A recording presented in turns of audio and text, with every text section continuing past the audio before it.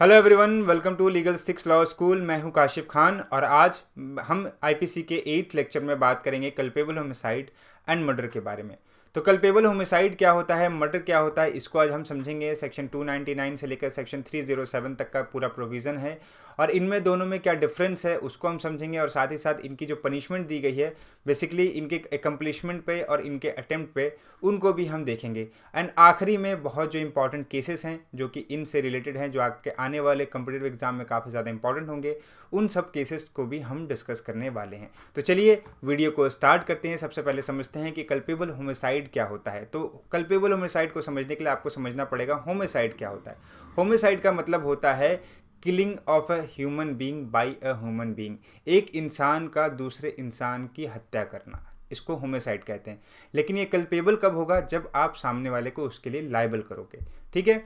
और ये non culpable कब होगा? जब आप सामने वाले को उसके लिए लायबल नहीं करोगे। मतलब कि जैसे कि किसी इंसान ने अपने राइट ऑफ प्राइवेट डिफेंस में, जो कि सेक्शन 100 में आपका दिया गया है, उन ग्राउंड्स में सामने वाले की डेथ काउज कर दी, ठीक है। आप उसका मर्डर करने जाते हैं, उसने अपने प्राइवेट डिफेंस में आपका ही डेथ कर दिया, तो उस सिचुएशन में वो पर्सन जो है कल्पेबल होमिसाइड में लायबल नहीं होगा। वहाँ पे उसके ऊपर कोई लायबिलिटी नहीं होगी। हालांकि उसने मर्डर किया है सामने वाले पर्सन का, लेकिन उसकी लायबिलिटी नहीं है। लेकिन कोई इंसान किसी के पास जाता है और अपनी गन निकालता है और उसको शूट कर देता है, तो यहाँ पे क्या होगा, उसकी लायबिलिटी बन जाती है मर्डर के लिए या कल्पेबल होमिसाइड के लिए। तो इसी चीज़ को हम डिस्कस करेंगे, कब जो है कोई डेथ जो है सामने वाले की कल्पेबल होमिसाइड में फॉल करेगी और कब कोई डेथ जो है सामने वाले की मर्डर में फॉल करेगी। तो इन्हीं चीज़ों को हम समझेंगे। सेक्शन 299 और सेक्शन 300 जो है इन दोनों के डेफिनेशन की बताता है बात।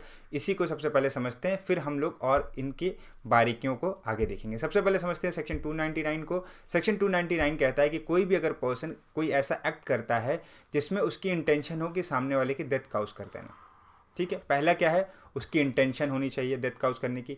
दूसरा क्या है कि उसकी वो इंटेंशन होनी चाहिए कि उस इंटेंशन से उसने जो है ऐसी बॉडली इंजरी उसको इन्फ्लिक्ट की है जिससे उसकी डेथ होना पॉसिबल है, लाइकली टू काउज डेथ, यहाँ पे वर्ड यूज़ किया गया है। एंड द थर्ड कि उसके पास नॉलेज हो कि जो इंजरी उसने उसको इन्फ्लिक्ट की है उस इंजरी से उसकी डेथ हो जाए, ठीक है। तो यहाँ पे 3 पॉइंट है, intention to cause death, bodily injury as is likely to cause death, और knowledge that one is likely by such act is cause death. मतलब एक मेरे पास इंटेंशन हो, दूसरी हमने उसको ऐसी इंजरी दी हो जिससे उसकी डेथ हो सकती है, और मेरे पास ऐसी नॉलेज हो कि जो इंजरी मैंने उसको दी है उससे उसकी डेथ हो जाएगी। तो अगर ये 3 सिचुएशन में फुलफिल होती है तो इस सिचुएशन में क्या होगा, सामने वाला पर्सन जो है कल्पेबल होमिसाइड के लिए लायबल होगा अंडर सेक्शन 299। लेकिन इसके साथ कुछ एक्सप्लेनेशन भी आपको पढ़ने हैं। एक्सप्लेनेशन क्या है कि अगर सामने वाला पर्सन कोई भी तरह की डिजीज़ या बॉडली इन्फर्मिटी से सफ़र कर रहा हो और आपने उसको कोई ऐसा इंजरी दिया है जो बेसिकली उसकी डेथ के नॉर्मल नहीं होता उससे, मतलब कोई इसी इंसान को आपने एक मुक्का उसकी पेट पे मारा तो ऑब्वियस सी बात है उससे वो इंसान नहीं मरेगा, लेकिन वो किडनी के प्रॉब्लम से सफ़र कर रहा था, वो हार्ट के प्रॉब्लम से सफ़र कर रहा था और आपके उस एक मुक्के से ही उस इंसान की डेथ हो गई, तो यहाँ पे आपको लायबल किया जाएगा उसकी डेथ के लिए, ठीक है। मतलब जो इंजरी आपने उसको कॉज करी है, हालांकि वो नहीं थी, लेकिन वो अगर किसी बीमारी से ग्रस्त था, आपको ये मालूम हो चाहे ना हो, और आपने उसको कॉज कर दिया तो आपको डेथ के लिए लायबल किया जाएगा। पहला पॉइंट। दूसरा पॉइंट ये कहता है कि अगर आपने उसको जो इंजरी कॉज की है लेकिन उसके बाद अगर उसको मेडिकल ट्रीटमेंट मिलता, ठीक है, प्रॉपर रेमेडी मिलती, स्किलफुल ट्रीटमेंट मिलता, तो वो उसकी जान बचाई जा सकती थी, लेकिन उसको नहीं मिला और उसकी डेथ काउज हो गई, तो यहाँ पे आप ये डिफेंस नहीं ले सकते कि किसी ने उसको उठा के हॉस्पिटल नहीं लेकर गया और डॉक्टर ने उसका सही से ट्रीटमेंट नहीं किया, अगर वो बच जाता है यहाँ पे, तो यहाँ पे भी आपकी लायबिलिटी बेसिकली कही जाती है कि होगी, ठीक है।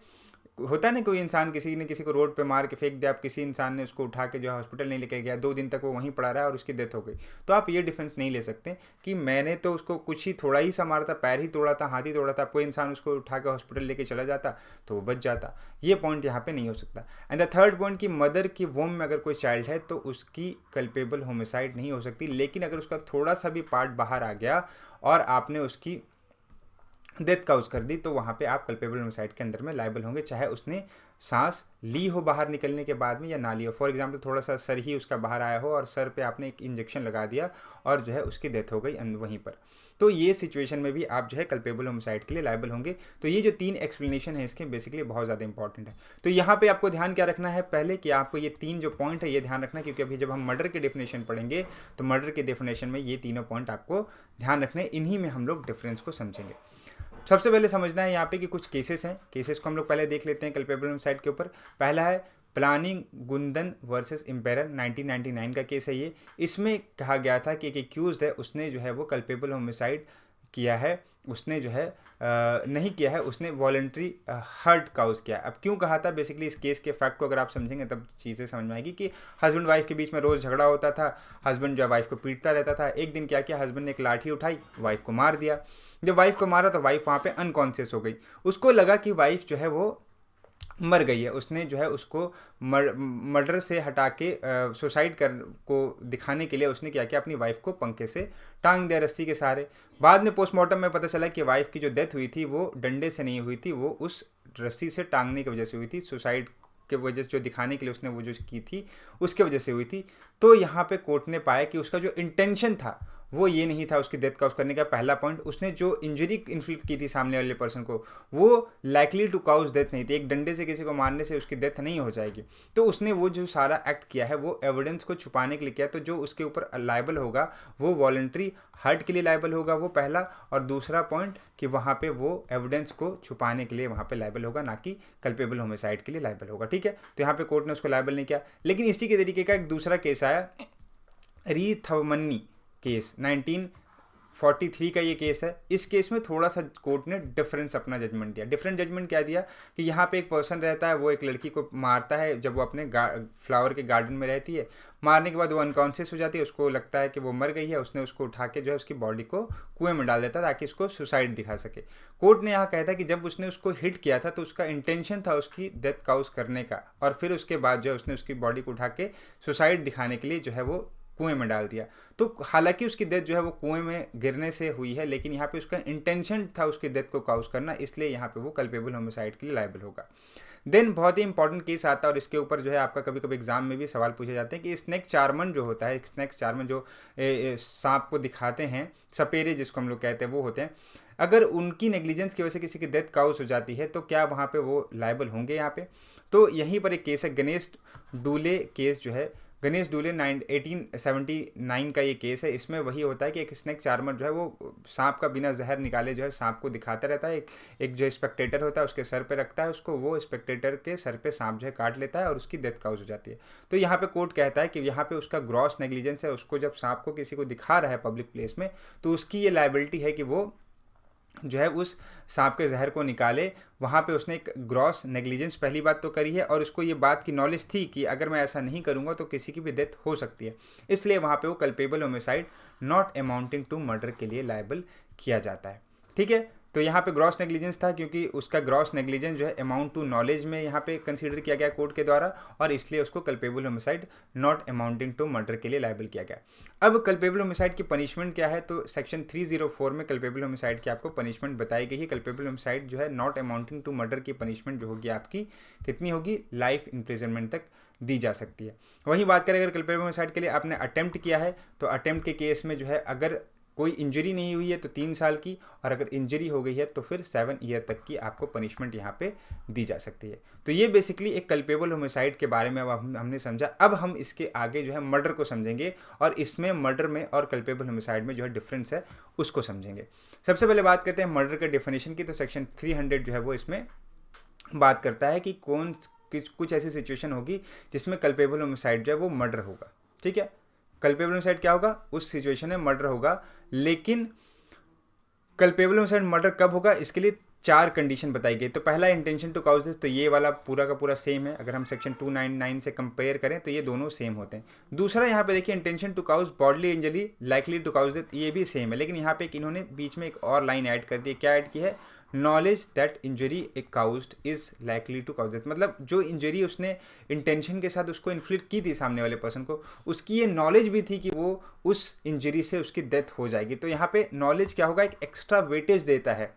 ठीक है, कन्फर्मेशन, डेथ की कन्फर्मेशन के ऊपर और उसकी नॉलेज के ऊपर।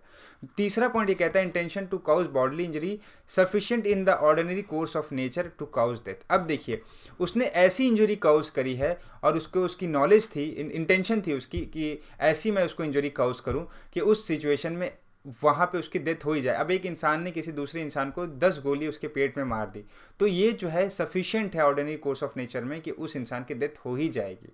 है ना। किसी ने एक गोली मारी तो लगता है कि हाँ जो है एक गोली भी कंधे पे मारी तो इंसान नहीं मर सकता, ये सिचुएशन है। लेकिन अगर किसी ने 10 गोली सामने वाले को मारी है या सर पे ही गोली उसमें को मार दी है, तो यहाँ पे ऑर्डिनरी कोर्स ऑफ नेचर में क्या है कि वो डेथ हो जाएगी।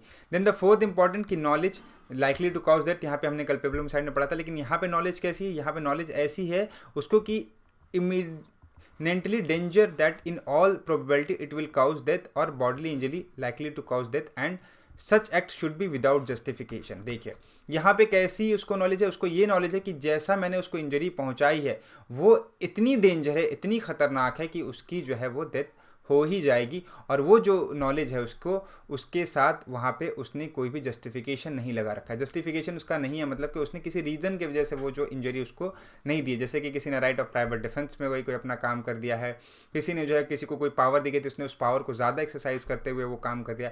इन सब सिचुएशन नहीं है यहाँ पे, ठीक है। तो यहाँ पे हम देखा जाए तो एक थोड़ा सा aggravated form of culpable homicide है ये, मतलब कि एक्स्ट्रा यहाँ पे नॉलेज है, यहाँ पे एक्स्ट्रा जो है इंटेंशन है, यहाँ पे एक्स्ट्रा जो है वो बॉडीली इंजरी है, जो भी कल्पेबल होमिसाइड में आपको देखने को नहीं मिलेगी। तो कल्पेबल होमिसाइड को क्या कहा जाता है, कल्पेबल होमिसाइड को एक तरह से जीन्स कहा जाता है और मर्डर को उसकी स्पीसीज कहा जाता है। ये भी ध्यान रखिएगा कि एक जो मर्डर है वो कल्पेबल होमिसाइड का ही पार्ट है, ठीक है। तो इसलिए इन दोनों में डिफरेंस बेसिकली हम कहें तो नहीं मिलता है ज़्यादा, आपको डिफरेंस मिलता है culpable homicide amounting to murder में और culpable homicide not amounting to murder में, कि कौन सा कल्पेबल होमिसाइड जो है वो मर्डर होगा और कौन सा कल्पेबल होमिसाइड जो है मर्डर नहीं होगा। तो जो डिफरेंस होगा हमारा वो डिफरेंस होगा इन दोनों में, कि ये जो मर्डर है जो culpable homicide not amounting to murder है, ठीक है, ये वाले पार्ट इनमें, और culpable homicide amounting to murder ये जो बीच वाले पार्ट है इसमें क्या डिफरेंस है, ठीक है, कि कौन कौन से कल्पेबल होमिसाइड जो है मर्डर नहीं होंगे और कौन कौन से कल्पेबल होमिसाइड जो है वो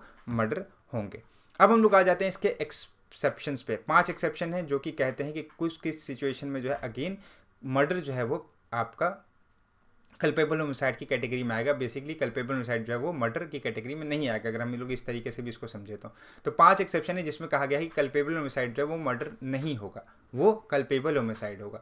तो इन चीज़ों को भी अगर हम समझ लेंगे अच्छे से तो हम मर्डर और कल्पेबल होमिसाइड के बीच में डिफरेंस समझ सकते हैं। पहला एक्सप्लेनेशन ये कहता है कि किसी इंसान ने ग्रेव एंड सडन प्रोवोकेशन में कोई एक्ट कर दिया, मतलब किसी सामने वाले पर्सन ने उसको उत्साह दिया और उत्साहने के बाद उसने उस सिचुएशन में अपना सेल्फ कंट्रोल खो दिया और सामने वाले पर्सन की डेथ काउज कर दी या किसी और पर्सन की डेथ काउज कर दी बाय मिस्टेक और एक्सीडेंट, है ना। कि कोई इंसान जो है एक आया किसी दूसरे इंसान को कुछ उल्टी सीधी गाली उल्टी सीधी बातें बोल रहा था, अब उसको गुस्सा आ गया, गुस्सा आके उसने बंदूक निकाली और सामने वाले पर्सन को शूट कर दिया।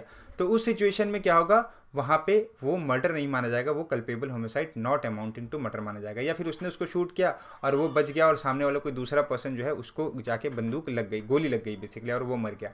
तो उस सिचुएशन में क्या होगा कि वो जो है सामने वाला पर्सन जो है वो culpable homicide not amounting to murder के लिए लायबल होगा, ना कि अमाउंटिंग टू मर्डर। लेकिन अगेन इसके भी 3 एक्सेप्शन है। 3 एक्सेप्शन इसके क्या है, पहला कि प्रोवोकेशन जो होगा वो साउट खुद से नहीं होना चाहिए, वॉलंटरी प्रोवोक नहीं होना चाहिए कि खुद से मैं गुस्सा हो गया और मैंने जाकर उसको मार दिया, है ना, ज़बरदस्ती का गुस्सा एक तरह से कि इस चीज़ को मैं एज अ डिफेंस यूज़ कर सकूँ, ऐसा नहीं होना चाहिए। दूसरा पॉइंट ये कहता है कि जो प्रोवोकेशन है आपको उस पर्सन से नहीं आना चाहिए जो पर्सन कोई लॉ को ऑबे कर रहा हो या कोई पब्लिक सर्वेंट हो, ठीक है, अपनी पब्लिक ड्यूटी एक्सरसाइज कर रहा हो, उनसे नहीं आया। मतलब कि पुलिस आपको पकड़ने आई है और आपने गुस्से में आके जो है कि कैसे मुझे पकड़ लिया, मैं तो सोसाइटी का बड़ा ही रिस्पेक्टेबल पर्सन हूँ, कैसे मुझे पुलिस पकड़ रही है, और आपने अपनी बंदूक निकाली और पुलिस वाले को ही शूट कर दिया और कहा कि मैंने तो गुस्से में मार दिया पुलिस वाले को, मुझे पकड़ रहा था। तो आप ये नहीं कर सकते, उसके अगेंस्ट जो है वो आप प्रोवोकेशन जो है अपना यूज़ बेसिकली नहीं कर सकते। अगर आप करते हैं तो वो culpable homicide not amounting to murder में नहीं आएगा, वो फिर मर्डर में आ जाएगा। नेक्स्ट पॉइंट ये कहता है कि provocation is not given by anything done in lawful exercise of right of private defence. आपने जो है उस पर्सन के अगेंस्ट में प्रोवोकेशन ना यूज़ किया हो जो इंसान पहले ही एक राइट ऑफ प्राइवेट डिफेंस अपना यूज़ करा, मतलब कि पहले किसी को आप मारने गए, वो अपने आप को बचाने के लिए कुछ कर रहा था, फिर देखा आपने बोला कि अरे तू अपने आप को बचा कैसे रहा है भाई, ये ले बंदूक निकाली और उसको गोली मार दी। तो ये चीज़ आप नहीं कर सकते, ये आप डिफेंस नहीं ले सकते, और यहाँ पे फिर आप culpable homicide not amounting to murder के लिए लायबल नहीं होंगे, आप जो है वो मर्डर के लिए यहाँ पे लायबल होंगे, ठीक है। ये चीज़ यहाँ पे समझनी है। Then K M Nanavati versus state of Maharashtra 1962 का ये इंपॉर्टेंट केस आता है। इसमें 4 बातें कोर्ट ने कही जिसको आप ग्रेव एंड सडन प्रोवोकेशन को चेक करने के लिए आप देख सकते हैं। पहला कि उस सिचुएशन में एक रीजनेबल मैन कोई दूसरा मैन को हम रखेंगे तो क्या वो ग्रेव एंड सडन प्रोवोकेशन में आ जाएगा, क्या वो अपना सेल्फ कंट्रोल लूज़ कर देगा, ये पहले देखेंगे। दूसरा वर्ड और जेस्चर को भी जो है हम लोग ग्रेव एंड सडन प्रोवोकेशन में काउंट करेंगे, मतलब कि किसी इंसान को ग्रेव एंड सडन प्रोवोकेशन जो है किसी के वर्ड और जेस्चर से भी आ सकता है। तीसरा कि जो मेंटल बैकग्राउंड जो होगा क्रिएटेड बाय द विक्टिम होगा, वो भी मतलब कि पहले क्या बिहेव किया विक्टिम ने, ठीक है, वो क्या उससे जो है सामने वाला पर्सन जो है वो उस अपना सेल्फ कंट्रोल खो सकता है, वो चीज़ हम देखेंगे। मतलब को बिहेवियर किसका, विक्टिम का, विक्टिम ने क्या हरकतें की जिसकी वजह से उसको गुस्सा आया, उसको प्रोवोकेशन आया। एंड द लास्ट कि जो ग्रेव एंड सडन प्रोवोकेशन कहाँ से स्टार्ट होगा, जो स्टार्ट होगा जब आपने वो चीज़ करी, मतलब जो आपको गुस्सा दिलाया गया है ना। ऐसा नहीं कि आप शांत हो गए उसके बाद जो है आप जाके किसी को आपने शूट कर दिया और बाद में बोला कि मैंने तो ग्रेव एंड सडन प्रोवोकेशन में किया। मतलब कि जब गुस्सा आपको दिलाया गया है, जब आपने अपना सेल्फ कंट्रोल खोला है, तभी जो जितने भी आपने हरकतें करी है, जितने भी आपने एक्ट किया, उसको ही काउंट किया जाएगा। आप नॉर्मल हो गए, आपको लोगों ने छुड़वा दिया, आपको घर में लाके बैठा दिया है, पानी वानी पी लिया आपने, उसके बाद आप कह रहे कि नहीं अब हमको गुस्सा आ रहा है, और आपने बंदूक निकाली और जाके उसके घर में जाके उसको शूट कर दिया, दूसरे वाले पर्सन को जिसने आपको गुस्सा दिलाया था। तो ये यहाँ पर डिफेंस नहीं लिया जाएगा। Basically K M Nanavati versus state of Maharashtra के केस में ये कहा गया था। देन आता है एक्सप्लेनेशन टू। एक्सप्लेनेशन टू जो है वो ये कहता है कि ग्रेव एंड सडन प्रोवोकेशन वाला तो पॉइंट हमने पढ़ लिया। दूसरा पॉइंट यहाँ पे ये कहता है कि राइट ऑफ प्राइवेट डिफेंस को अगर एक्सरसाइज करते समय आपको सेक्शन 100 बताया गया है कि इसमें ही आप डेथ काउज कर सकते हैं, लेकिन ऐसी सिचुएशन थी जहाँ पे आपको डेथ काउज नहीं करना था, लेकिन आपने राइट ऑफ प्राइवेट डिफेंस को एक्सरसाइज करते हुए जो आपकी राइट थी उसको एक्सीड कर दिया। ठीक है, एक्सीड कब कर दिया, इन गुड फेथ एक्सीड किया है, विदाउट प्री मेडिटेशन एक्सीड किया है, और without intention to cause more harm than necessary किया है, तब जो है वहाँ पे आप culpable homicide not amounting to murder के लायबल होंगे। मतलब कि किसी इंसान, कोई इंसान आपको मारने आता, आपने अपने बचाव में उसको उसकी डेथ ही काउज कर दी, लेकिन आपको वहाँ पर डेथ काउज नहीं करनी थी। सिंपल सी बात है, डेथ काउज नहीं करनी थी। क्यों? क्योंकि वो 100 वाले पॉइंट में फॉल नहीं कर रहा था। तो भी आपको यहाँ पे culpable homicide not amounting to murder के लिए लायबल किया जाएगा। देन आता है एक्सप्लेनेशन 3। एक्सप्लेनेशन 3 सिंपल सी बात कहता है कोई भी पब्लिक सर्वेंट या कोई भी ऐसा पर्सन जो पब्लिक सर्वेंट को ऐड कर रहा है, उसके एक्ट से किसी की डेथ काउज हो जाती है। और वो डेथ कब काउज करता है कि जब वो पब्लिक सर्वेंट या उसके ऐड को करने के लिए जो पर्सन काम कर रहा हो वो पब्लिक जस्टिस के लिए काम कर रहा हो, मतलब सोसाइटी के बेनिफिट के लिए, लोगों की भलाई के लिए वो काम कर रहे हो और उसमें उन्होंने किसी की डेथ काउज कर दी। दूसरा, गुड फेथ में वो काम कर रहे हो और बिलीव कर रहे हो कि भाई उनके पास लॉफुल अथॉरिटी है कि वो काम कर सकें और अपनी जो पब्लिक ड्यूटी है, जो पब्लिक सर्वेंट की जो ड्यूटी है उसको डिस्चार्ज करने के लिए वो काम कर रहे हो, और उनका कोई भी इल विल यहाँ पे नहीं होना चाहिए। होता है ना कि लाठी चार्ज हो रही है, लाठी चार्ज में होता है कि पुलिस ऑफिसर जो है वो भगाने के लिए, भीड़ को भगदड़ को भगाने के लिए एक पर्सन को बहुत ज़्यादा पीट देती है, बाद में क्या हो कि उस पर्सन की डेथ हो गई। तो यहाँ पे क्या हुआ कि उनका इंटेंशन नहीं था उस पर्सन के डेथ काउज करने का, लेकिन उनको छितिर बितिर जो पब्लिक थी उनको छितिर बितिर करने के लिए, उनको इधर उधर भगाने के लिए उन्होंने एक पर्सन को बहुत ज़्यादा मार दिया, और उन सिचुएशन में क्या हुआ, उस पर्सन की डेथ हो गई। तो यहाँ पे वो पर्सन क्या होगा, वो जो पब्लिक सर्वेंट है वो किस लिए लायबल होगा, वो होगा culpable homicide not amounting to murder के लिए। देन आता है हमारा एक्सप्लेनेशन 4। एक्सप्लेनेशन 4 में सिंपल सी बात कहता है कि सडन फाइट किसी के बीच में हो गई, वहाँ पे प्री मेडिटेशन नहीं था, अचानक होता है ना कि बीच बीच में किसी ने किसी गाड़ी ठोक दी, उन लोगों के बीच में झगड़ा होने लगा, झगड़ा होते होते इतना बढ़ गया कि एक इंसान ने दूसरे इंसान की डेथ काउज कर दी। तो यहाँ पे जो है आपका वो culpable homicide not amounting to murder में आएगा, ना कि वो मर्डर में आएगा। ठीक है, यहाँ पे इमटेरियल है कि किसने जो है पहले जो है वो सामने वाले पर्सन को प्रोवोक किया था और कहाँ से फाइट स्टार्ट हुई थी, ये सारी चीज़ें इमटेरियल है। इसमें अनिल कुमार और स्टेट ऑफ केरला का केस है 2023 का, बहुत इंपॉर्टेंट केस है। इसमें भी वही हस्बैंड वाइफ के बीच में झगड़ा होता है, वाइफ जो है वो कहती है कि मैं मर जाऊँगी, हस्बैंड जो है वो क्या करती है कि वो अपने ऊपर केरोसिन छिड़क लेती है, हस्बैंड जो है वो माचिस की तीली निकालता है और उसके ऊपर जला के फेंक देता है, बोलता है कि जाओ मरो तुम। तो ये कहता है कि जो हमारा सडन फाइट में हुआ था, प्री मेडिटेशन नहीं था, लेकिन कोर्ट ने इस प्ली को रिजेक्ट कर दिया, बोला कि हमेशा आप लोगों के बीच में झगड़ा होता था और आपका इंटेंशन था उसको मारने का, आपको मौका मिला, आपने उस मौके का फ़ायदा उठा लिया, जो कि यहाँ पे नहीं होना चाहिए। सडन फाइट में कभी भी इंसान ऐसा ना हो कि आपको मौका मिले और आपने उस मौके का फ़ायदा उठा लिया। तो बेसिकली यहाँ पे हस्बैंड को कोर्ट ने लायबल किया था अनिल कुमार उसे स्टेट ऑफ केरला वाले केस में। देन आता है एक्सप्लेनेशन 5। एक्सप्लेनेशन 5 ये कहता है कि सब जब भी जो भी डिजीज पर्सन है उसकी एज 18 से ज़्यादा और उसने अपनी कंसेंट दी हो, तो बेसिकली ये फाइट वगैरह जो होते हैं उसकी बात हो रही है। फाइट वगैरह जो होती है उसमें जो है आपकी जो है कंसेंट दी जाती है कि सामने वाला पर्सन अगर मुझे मार दे और मेरी कोई डेथ हो जाए उस सिचुएशन में, फाइट करते हुए फाइट के बीच में, तो वहाँ पे सामने वाले पर्सन लायबल नहीं होगा। लेकिन सामने वाले पर्सन ने क्या किया कि सामने वाले ने डेथ इंटेंशन दी थी और वहाँ पे कुछ नेग्लिजेंट एक्ट करके उसने डेथ काउज कर दी। तो act is done with the consent of disease of the age of 18 years. सामने वाले पर्सन ने क्या किया, अपनी कंसेंट दे दी कि आप जो है मुझे मार सकते हैं, और सामने वाले ने सच में उसकी डेथ काउज कर दी। है ना। तो यहाँ पे क्या होगा, culpable homicide not amounting to murder में लायबल होंगे। देन जो दो इंपॉर्टेंट केस है, आर वर्सेस गोविंदा और state of Andhra Pradesh versus Punnaiah का केस, ये दोनों केस जो है वो मर्डर और कल्पेबल होमिसाइड में डिफरेंस बताता है। वो यही बात है जो हमने अभी डिस्कस करी थी, क्या है कि जो ग्रेविटी ऑफ इंटेंशन है, नॉलेज है एंड आपका इंजरी है, वो कल्पेबल होमिसाइड में कम होती है और यहाँ पे मर्डर के केस में वो जो है वो ज़्यादा होती है। बस यही सबसे मेन जो दोनों में डिफरेंस है वो यही है। देन हमारा आता है सेक्शन 302। सेक्शन 302 बात करता है बेसिकली कि पनिशमेंट जो है मर्डर की क्या होगी। तो इसमें पनिशमेंट आपको पता ही है, डेथ पेनल्टी हो सकती है, लाइफ इम्प्रिजनमेंट हो सकता है। लेकिन यहाँ पे Bachchan Singh versus state of Punjab के केस में ये कहा गया था कि जो डेथ सेंटेंस दी जाएगी मर्डर के केस में, हमेशा rarest of the rare case में दी जाएगी। इसलिए आप देखेंगे कि मर्डर तो बहुत होते हैं इंडिया में, है ना, हर दूसरे दिन या चौथे दिन कोई मर्डर केस इंडिया में कहीं ना कहीं रजिस्टर हो रहा होगा, लेकिन यहाँ पर कभी भी हर केस में जो है आपको डेथ पेनल्टी नहीं मिलती है। वो rarest of the rare case में ही मिलेगी, जैसे कि आपको अजमल कसाब के केस में मिला है, अफजल गुरु के केस में मिला है ना, मेनन के केस में मिला, याकूब मेनन के केस में मिला है, ठीक है। या फिर आप देख लें क्या कहते हैं उसको, निर्भया वाले जो गैंगरेप है उसके केस में हुआ है। तो rarest of the rare case की कैटेगरी में ये सब आए हैं, उसी में इसलिए जो है यहाँ पे आपको डेथ पेनल्टी यहाँ पे दी जाएगी। देन आता है सेक्शन 307। सेक्शन 307 बात करता है punishment for attempt to murder की। तो यहाँ पे अगर आपको इंजरी हो गई है तो 10 साल की सज़ा है, सॉरी, अगर इंजरी हो गई है तो यहाँ पे 10 लाइफ इम्प्रिजनमेंट मिलेगी, अगर इंजरी नहीं हुई है तो 10 साल तक की सज़ा है। और यहाँ पर आपको, अगर आप लाइफ कन्विक्ट हैं यहाँ पे पहले से ही, आप पहले से ही उम्र कैद की सज़ा काट रहे हैं और आपने फिर अटेम्प्ट टू मर्डर का कर दिया और वहाँ पे इंजरी हो गई, तो यहाँ पे कोर्ट जो है वो डेथ सेंटेंस उस पर्सन को दे सकती है। ये चीज़ यहाँ पे ध्यान रखना है। ये सारे जितनी ये पनिशमेंट है, ये सारी चीज़ें बहुत ज़्यादा इंपॉर्टेंट है। दिन इसमें 2 पॉइंट आता है, doctrine of transfer of malice and punishment for murder by life convict. तो ये बहुत इंपॉर्टेंट है आपके एग्जाम पॉइंट ऑफ व्यू से। पहला, ट्रांसफ़र ऑफ मलाइज का मतलब होता है कि ट्रांसफ़र ऑफ इंटेंशन, कि मेरी इंटेंशन थी किसी और को मारने की, उसको मारते समय किसी और की डेथ हो गई। तो ये बेसिकली होता है कि transfer of intention from one person to another person, ठीक है, कि आपने ए को मारने का सोचा था, आप ए को मारने का और गलती से बी की डेथ हो गई। तो आप ये नहीं कह सकते कि मेरी बी को मारने की तो कोई इंटेंशन नहीं थी, तो मुझे मर्डर के लिए लायबल ना किया जाए। तो यहाँ पे क्या होगा, यहाँ पे जो इंटेंशन है कि बेसिकली वो ट्रांसफ़र हो जाएगी, ठीक है। यही है सेक्शन 301 बात करता है।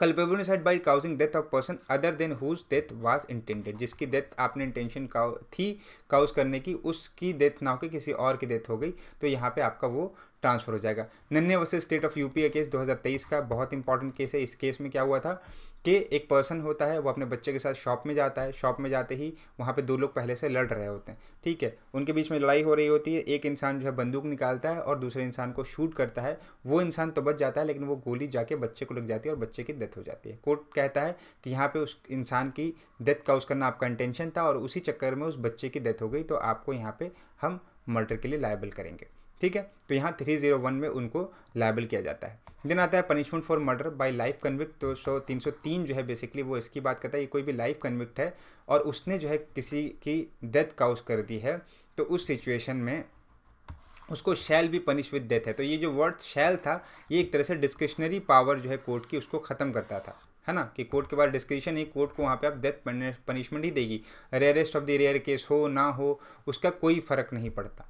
तो इसलिए कोर्ट ने यहाँ पे मिथु वर्सेस स्टेट ऑफ पंजाब 1983 के केस में इसको जो है वो स्ट्रक डाउन कर दिया, बेसिकली इसको अनकॉन्स्टिट्यूशनल डिक्लेयर कर दिया और ये कहा कि ये जो सेक्शन है हमारा वो against the spirit of article 14 and 21 of the constitution of India है। तो अभी जो सेक्शन 303 है, यह अभी एग्जिस्टेंस में अगर हम बात करें तो नहीं है, ठीक है, ये एग्जिस्टेंस में नहीं है। मतलब कि अब अगर अभी कोई लाइफ कन्विक्ट है, किसी को उम्र कैद की सज़ा मिली है और उसने अंदर में किसी की डेथ काउज कर दी है, किसी दूसरे मान लीजिए प्रिजनर्स को मार दिया है, तो उसको कोर्ट जो है वो डेथ पेनल्टी नहीं देगा अनलेस एंड अनटिल वो जो केस है वो rarest of the rare case में फॉल करे, ठीक है। मतलब कोर्ट के ऊपर कंपल्सन नहीं, को तो उसको कुछ भी दे सकता है, डेथ पेनल्टी दे भी सकता है, नहीं भी दे सकता है यहाँ पे, लेकिन कंपल्सन नहीं है ना, डायरेक्शन नहीं है, मैंडेटरी नहीं है ना, डिस्क्रिशनरी अभी भी कोर्ट के ऊपर ये चीज़ है, ठीक है। तो ये था आज का हमारा वीडियो। आई होप आपको इस वीडियो में सारी इन्फॉर्मेशन क्लियर हो गई होगी।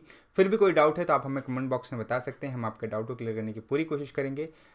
ऐसे ही इंपॉर्टेंट वीडियो पाने के लिए हमारे यूट्यूब चैनल को सब्सक्राइब करें। आपके लिए एक छोटी सी इन्फॉर्मेशन है कि जुडिशरी का रामबान कोर्स लीगलिस्टिक्स लेकर आया है। अगर आप इस कोर्स को इनरोल करना चाहते हैं तो आप हमारी वेबसाइट पर इस कोर्स को इनरोल कर सकते हैं।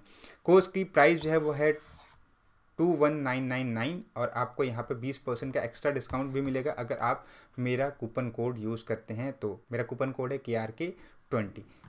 और फर्दर अपडेट्स के लिए आप हमारे जितने भी सोशल मीडिया हैंडल्स हैं उसको फॉलो करें। यहाँ पे हमारी सारी लीगल अपडेट्स जो है आती रहती हैं। यूट्यूब चैनल पे हम लोग रोज़ वीडियो अपलोड करते रहते हैं, तो इन सारी जगहों को फॉलो करना और सब्सक्राइब करना ना भूलें। मिलते हैं ऐसी इंपॉर्टेंट वीडियो के साथ, तब तक के लिए good bye and take care.